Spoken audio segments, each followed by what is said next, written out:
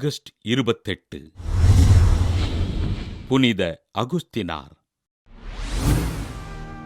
வடக்கு ஆப்பிரிக்காவில் தகாஸ்தே பகுதியில் வாழ்ந்த பத்ரீசியூஸ் மோனிகா பெற்றோருக்கு கிபி 354ஆம் ஆண்டு பிறந்தார் அகுஸ்தினார்.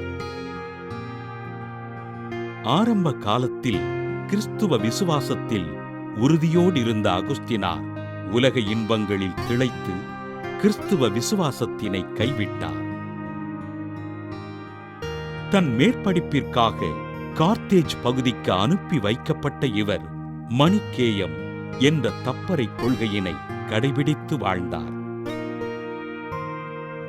தன் மேற்படிப்பினை முடித்து பேராசிரியராக தன் பணியினை தொடங்கிய அகுஸ்தினார் அனைத்து மாணவர்களிடம் அன்போடு இருந்து தன் பணியினை செய்தார். கிபி 383ஆம் ஆண்டு தன் மறைமாவட்ட ஆயர் அம்புரோசின் மறையுரையினால் ஈர்க்கப்பட்ட இவர் மணிக்கேயம் தப்பறை தவறு என்று உணர்ந்து ஆண்டவரை ஏற்றுக்கொண்டார்.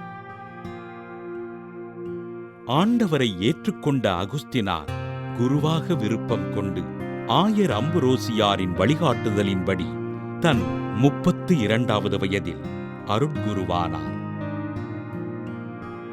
தன் 42வது வயதில் ஆயராக உயர்த்தப்பட்டு ஆண்களுக்கென்று புதிய துறவற சபையினை துவங்கிய ஆயர் அகுஸ்தினார் கிபி 430ஆம் ஆண்டு ஆகஸ்ட் 28ஆம் நாள் விண்ணகமடைந்தார். உன் வாழ்வினில் நீ புரியும் செயல்களுக்கு நீயே முழு பொறுப்பினையும் ஏற்க வேண்டுமென்றும் உன் ஆன்மாவை இறைவனின் உதவியோடு மீட்டுக்கொள் என்றும் போதித்து நற்பண்புகளை விதைத்த ஆயர் அகுஸ்தினாரை திரு அவை புனிதராக உயர்த்தியது.